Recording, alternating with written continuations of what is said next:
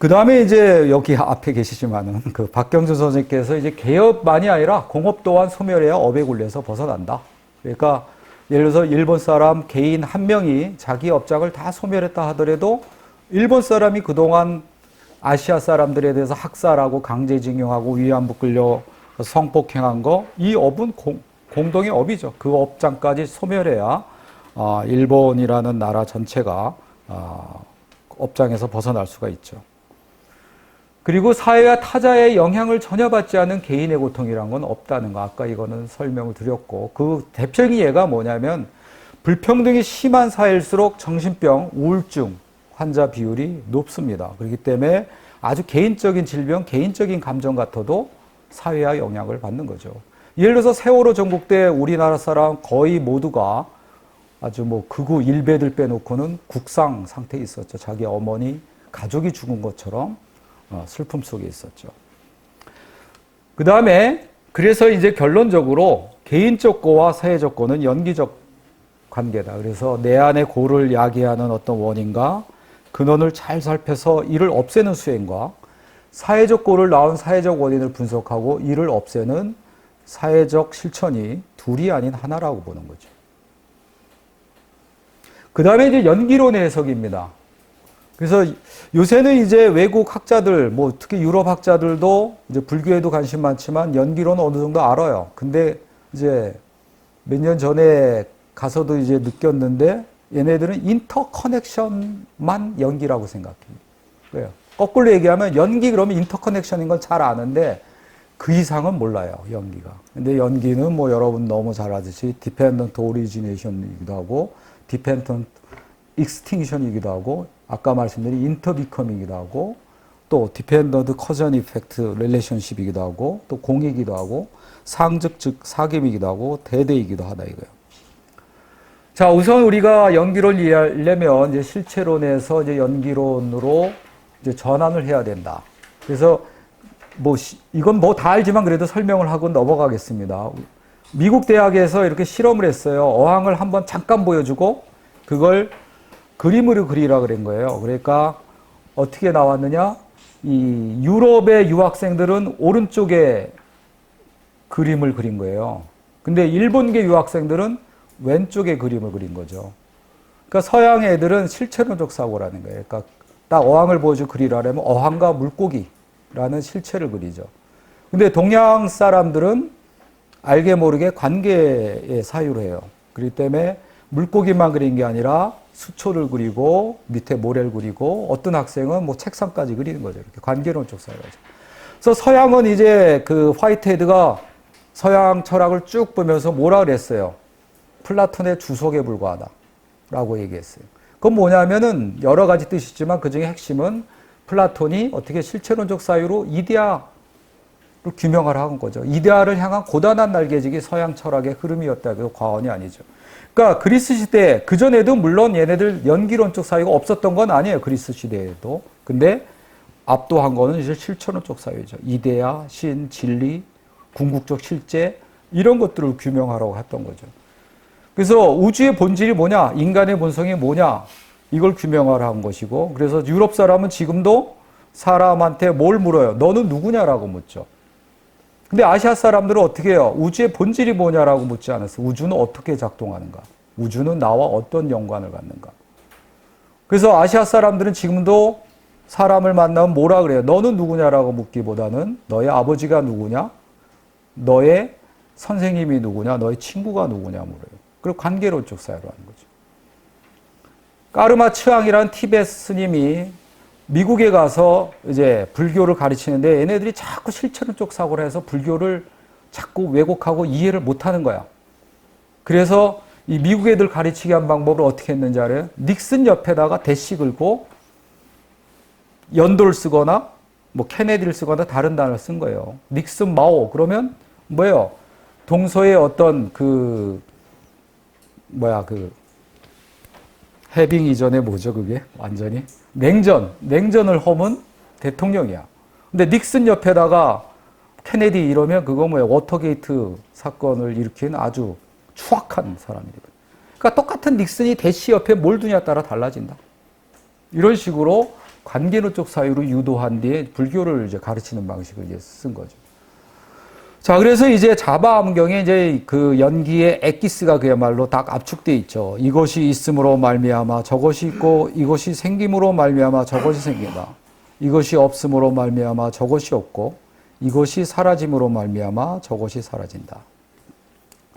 그래서 미국 사람들이 연기론적 사고를 하게 된 계기 중에 하나가 이 카이 바부의 역설이란 겁니다. 그러니까 1907년에 미국 애리조나주에 이 카이 바부 고원이 있어. 여기에 이제 사슴이 이제 멸종 위기에 놓인 거예요. 그래서 주민들이 회의를 해서 어떻게 했느냐? 야, 천적을 사냥하자. 그래서 전국에서 사냥꾼을 불러 모았어요. 그래서 그 사냥꾼들이 사슴의 천적인 퓨마, 늑대 이런 것들을 이제 사냥한 거죠. 그때 어떻게 했어요? 기대대로 사슴이 10만 마리까지 늘어났어요. 근데 어떻게 됐어요? 그 다음에부터 사슴이 굶어 죽기 시작한 거예요.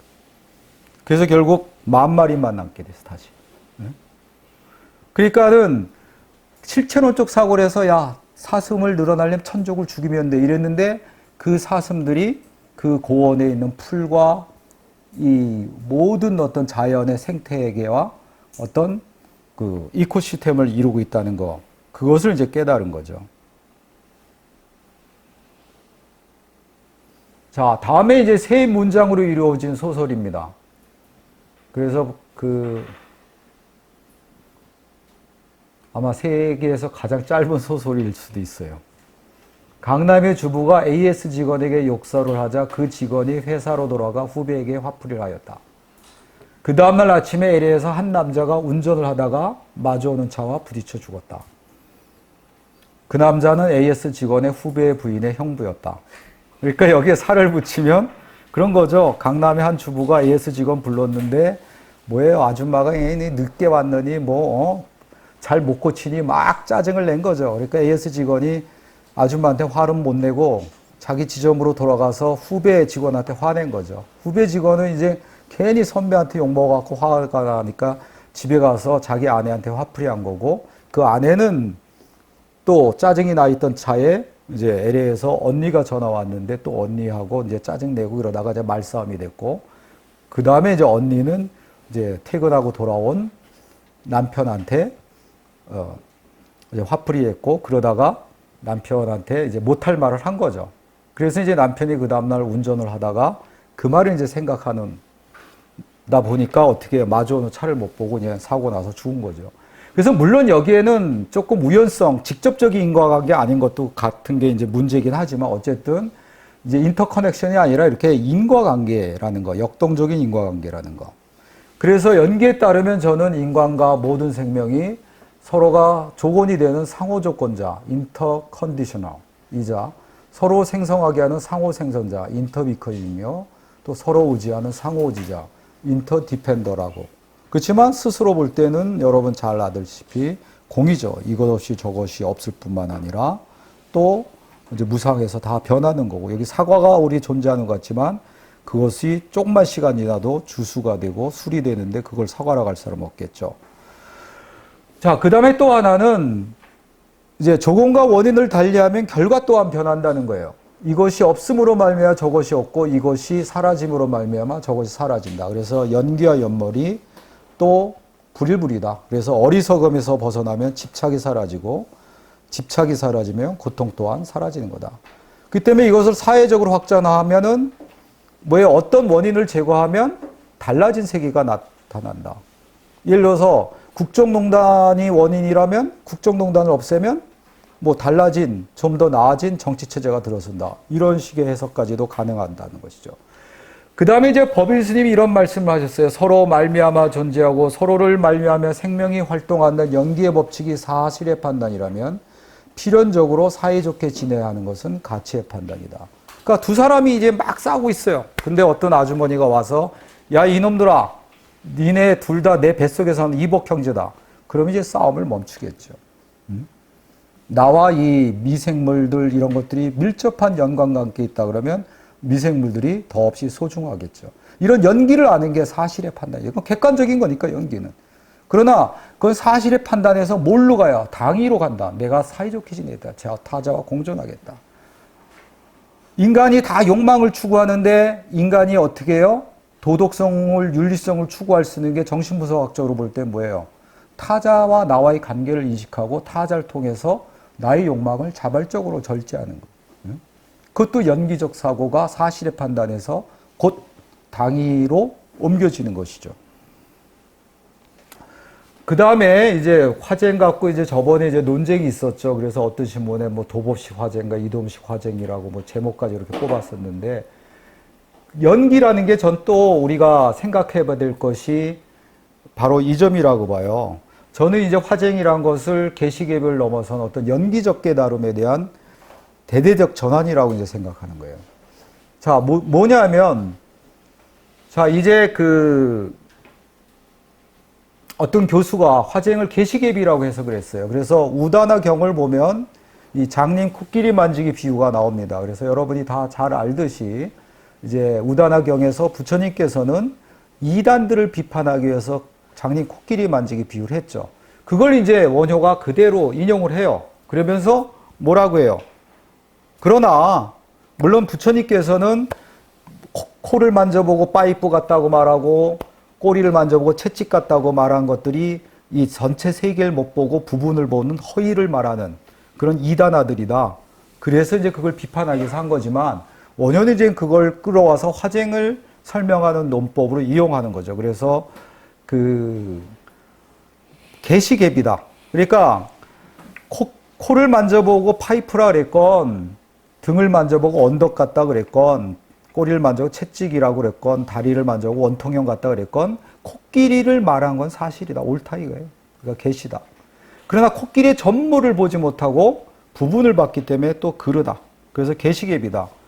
그래서 한 교수는 그래서 개시개비가 화쟁이고 그래서 우리는 타인의 말에 경청해야 된다. 이것을 어떤 핵심적인 것으로 했고 화쟁위원회도 저는 실수했던 것이 바로 도법스님이 그 논리를 따라서 뭐 사대강이건 봉은사 문제건 쌍차 문제건 양쪽 다 사람들을 모아놓고 개시개비에 화쟁을 해라. 진보도 진영의 논리를 벗어나라. 그런 데서 문제가 빚어졌다고 봐요. 여기서 실수한 건 뭐냐? 그때 저가 이제 도법스님한테도 강하게 얘기했던 것 중에 하나가 권력이 비대칭인 연기관계를 안 보고 있다. 그럴 때 권력을 대칭으로 만들지 않는 한은 개시개비가 진정한 화쟁이 될 수 없다. 파사연정이 될 수가 없다.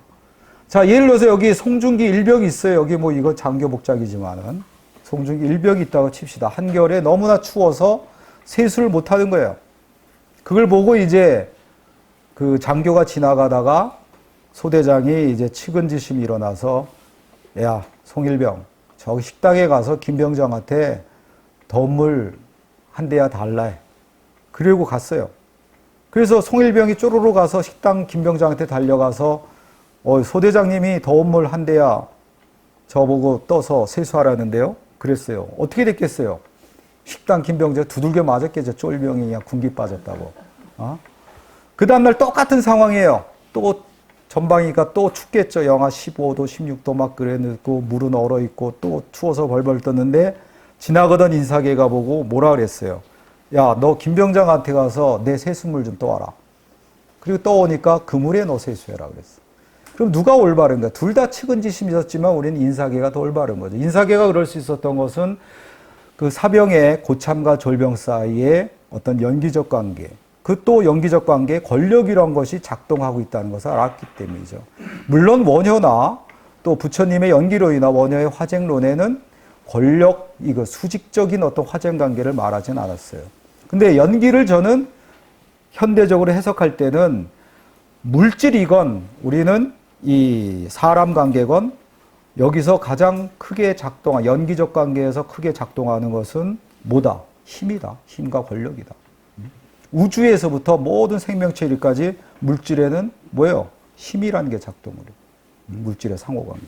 인간관계도 마찬가지예요. 거시권력, 그리고는 주권권력, 생명권력, 훈육권력 이런 것이 작동하고 또 미시적으로는 뭐예요? 나이라든지 지식이라든지 사회적 지위라든지 여러 가지가 또 권력으로 작동합니다. 그래서 예를 들면은 자, 접촉사고가 났어요. 두 운전사가 밖으로 나왔겠죠. 근데 한 운전사가 딱 봤더니 옆에 운전사가 여자야. 그러니까 갑자기 남자 목소리가 커지죠. 아줌마 집에 가서 애나 보지 거리 나와갖고 괜히 접촉사고 냈다고. 그러니까 아줌마가 기가 팍 죽어서 있다가 좀 이따 뭐라 그래요. 야, 너 나보다 나이도 어린 게 누님한테 웬 반말이냐? 이렇게 말해. 여기서 알 수 있듯이 뭐예요? 젠더와 나이가 권력으로 작동하는 첫 번째. 그리고 또 뭐예요? 자기한테 유리한 권력을 내세워. 남자는 젠더란 걸 내세워서 목소리에 힘을 주고 여자는 나이란 걸 내세워서 목소리에 힘을 주는 거죠. 이런 식으로 권력이 작동하는 것을 우리가 분명히 인식해야 된다. 그래서 저는 연기론에서 이제 결론은 우주에서 자연, 인간 사회에 더 나아가 가상현실에 이르기까지 모두 연기 아닌 것이 없다. 싸우던 두 사람이 이복 형제임을 알면 싸움을 멈추듯 연기를 깨우치면 타자, 다른 생명을 위한 공감과 욕망의 자발적 절제가 가능하다. 그 다음에 또 연기와 연멸을 함께 알면 고의 원인 제거와 세상의 변화에 참여하게 된다. 현대적으로 해석할 경우 업과 함께 물질과 물질, 개인과 개인, 집단 사이의 연기적 관계에 힘과 권력이 작동하고 있으므로 이를 파악해야 한다. 자, 일곱 번째로는 자, 유마경이나 이제 세친보살의 보살론이나 원효의 진속불이론인데요.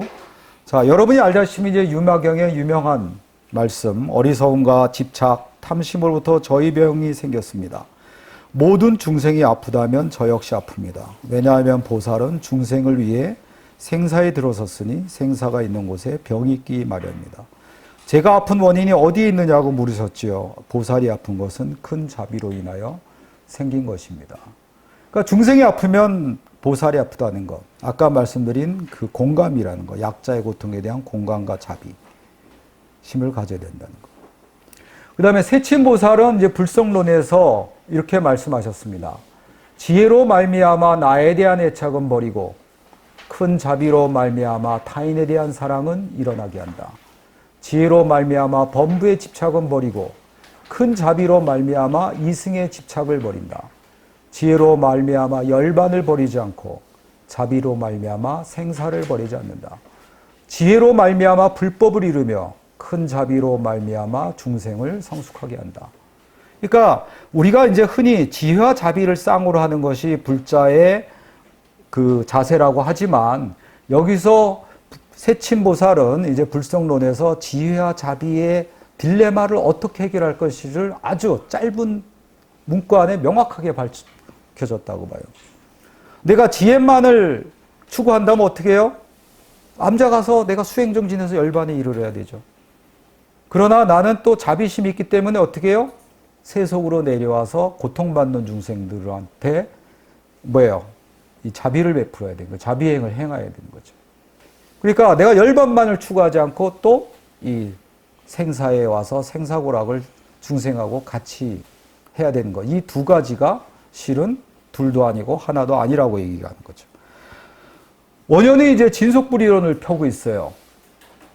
그래서 평등한 상이 또한 공하다란 진제를 융합하여 속죄로 삼은 공공의 의미이니 순금을 넣고 장엄구를 만드는 것과 같아.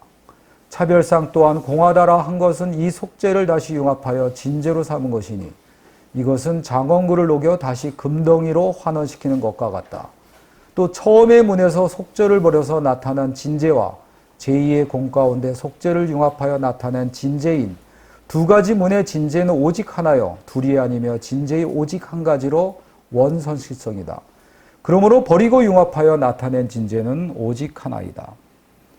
자, 우선 언어적으로 봤을 때 궁극적인 진리, 진여 실제는 언어를 떠나 있어요.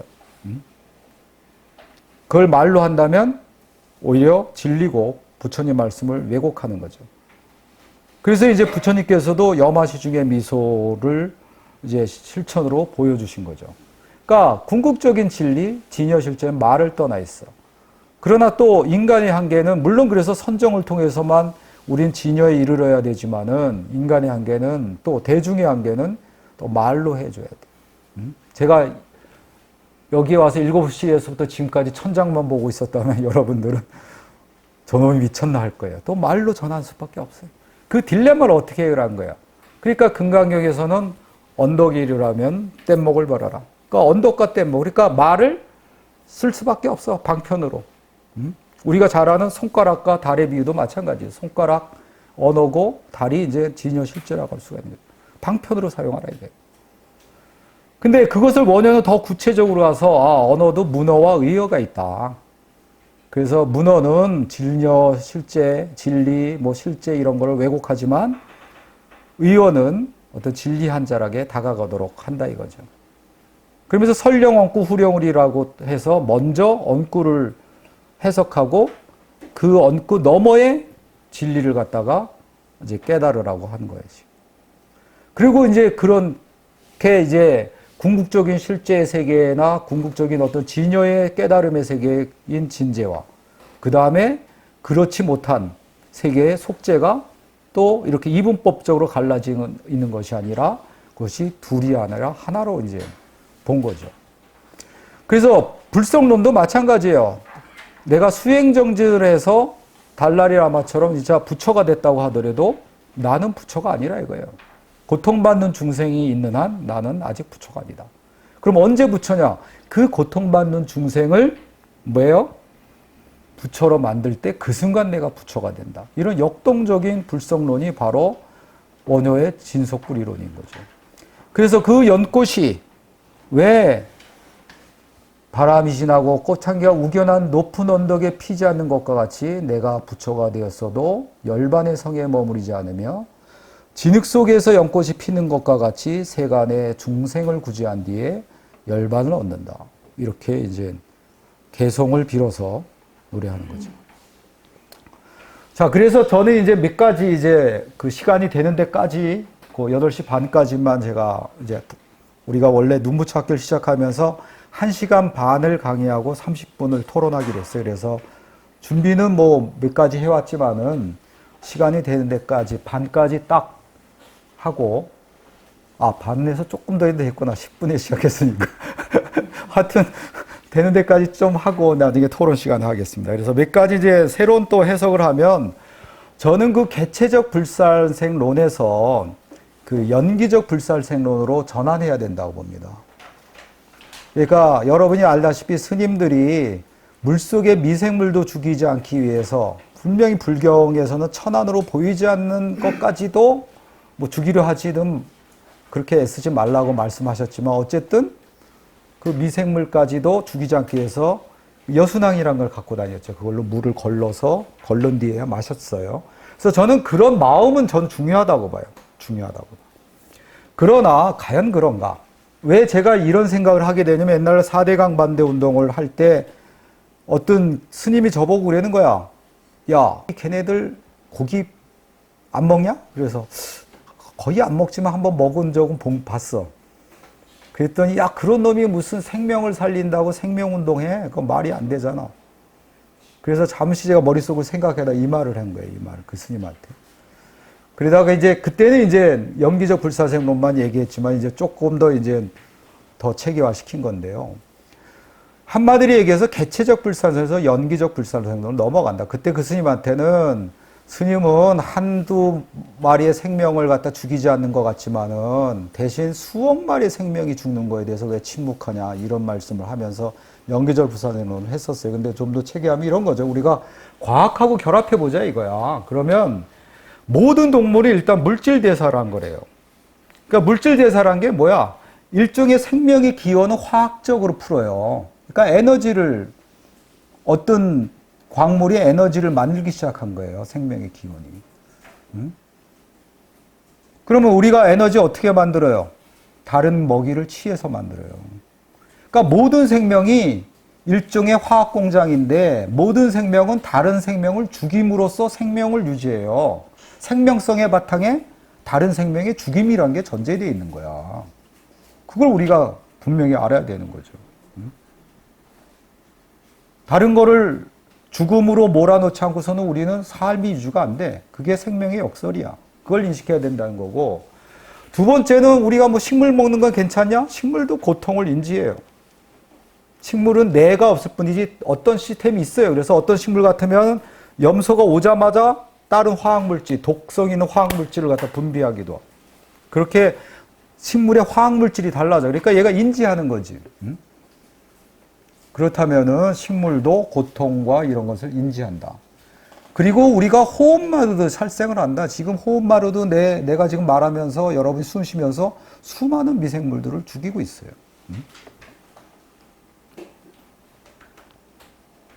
가만히 있어봐. 이게 또 어디야? 그 다음에 이제 객체적 불면증이에요. 자, 여기 바퀴벌레 한 마리 있다. 제가 발로 밟았다. 그러면 우리는 죽었다고 말하는데 이거 실체론적 사고라 이거죠. 바퀴벌레를 지켜보면 어떻게 돼요? 개미가 바퀴벌레를 해체해 가요. 그래서 다리, 살 이런 걸 다 뜯어서 개미 새끼들한테 먹이고 또 그 중에 일부는 여왕개미한테 먹여요. 그럼 여왕개미가 개미알을 낳아. 그럼 바퀴벌레 껍데기에도 또 수억의 미생물이 깃들어. 그럼 바퀴벌레는 죽은 게 아니라 뭐예요? 미생물로 개미로 바뀐 거예요. 그래서 화이트헤드도 불교를 통해서 그걸 깨닫고 그 얘기를 한 거예요. 하나하나의 생명은 주관적으로 죽을 뿐이다. 생명은 모두가 객체적 불멸성을 갖는다. Objective Immortality로 갖는다. 그것이 바로 이코시스템의 원리라고, 모든 생명 자연계의 원리라고 본 거예요. 그러니까 객체적으로 불멸하고 있다. 우리는 연기론에서 이 생명을 봐야 된다. 그리고 아까 말씀드린 대로 카바바브의 역설이다. 한 생명을 살리기 위해서 한 생명을 죽이는 것이 오히려 그 사슴을 죽이는 결과를 날 수 있다. 왜? 모든 생명과 자연은 연기적 관계에 있기 때문에. 그래서 저는 개체적 불살생론은 우리가 이제 지향을 하고 이런 과학을 결합해서 연기적 불살생론으로 가야 된다. 그 다음에 삼독의 지멸에서 이제 자비로운 분노로. 그래서 이거는 뺄까요? 다른 사람들 대부분 알기 때문에. 그냥 모르신 분 있어서 그냥 하겠습니다. 한 반은 아실 거라 한 얘기 또 하기가 죄송한데요. 그러니까 이것도 하나 저가 이제 딜레마 있었던 겁니다. 희망버스 같은 데 갈 때 어떤 불자가 술을 먹으면서 저한테 그랬어요. 이도움 교수가 지식인으로서 희망버스 가는 건 옳지만 불자로서 가는 건 옳지 않다. 왜? 불자는 분노하면 안 되기 때문에. 어떤 경전에도 분노를 긍정하는 문구가 없다. 그래서 이제 저가 딜레마에 빠졌죠. 그 불자를 지키기 위해서 희망버스를 가지 말아야 되느냐, 아니면 희망버스를 가고 불자를 포기해야 되냐, 그 상황이에요. 그래서 이제 경전을 뒤졌더니 제가 이제 CB 베타 검색을 해서 노자를 검색해서 그런지 몰라도 그 분노를 긍정하는 문구는 없더라고요. 또 논문을 찾아봐도 없었어요. 그 당시까지는. 그래서 이제 딜레마를 계속 하고 있었는데 바로 이제 달라이 라마하고 누구죠? 프랑스 레지탕스랑 대담하는 책이 있어요. 그 책에서 이제 달라이 라마가 대방편경의 얘기를 들어요. 그러니까 대방편경에 의하면 이게 티벳에 있는 경전이래요. 500명의 선원이 있었는데 한 명의 선원이 499명을 죽이고 그들이 가진 것을 빼앗으려겠다. 그래서 한 명의 선장이 그 사람을 3번이나 설득해요. 죽이지 말라고. 근데도 얘가 그 마음을 꺾지 않으니까 그 선장이 어떻게 하냐. 얘를 죽이죠. 죽여서 499명을 살리고 또 사람을 죽인 업을 내가 받고 지옥에 가겠다. 이렇게 얘기를 해요. 그 선장이 바로 대비 선장이다. 그러니까 대자 대비할 때 대비 선장이에요. 그리고 그 선장이 전생의 부처였다. 이렇게 이제 달라이 라마가 얘기해요. 그래서 저는 이걸 바탕으로 해서 이제 자비로운 분노 개념을 이제 얘기를 하는 거죠. 그래서 정의로운 분노 또한 나는 정의지만 상대방의 입장에서 이데올로기일 수 있기 때문에 안 된다. 그러나 어떤 약자, 고통받는 사람, 그들의 어떤 고통에 유마경에 나오는 유마거서처럼 내 아픔처럼 고통에 공감해서 자비심을 가져서 내는 분노는 가능하다 이거죠. 그래야만 또 구조적 폭력, 어떤 구조적 모순에 우리가 맞설 수 있는 근거가 생기는 것이죠. 제가 이 딜레마 했을 때 이제 철학회 회장할 정도로 상당히 위상이 있는 서양 철학자가 저한테 그러더라고요. 만약에 불교에서 분노를 긍정하는 문구를 당신이 못 발견한다면 나는 요새 불교에 관심을 가졌었는데 불교에 대한 관심 끄겠다. 이런 정도 말을 했었어요.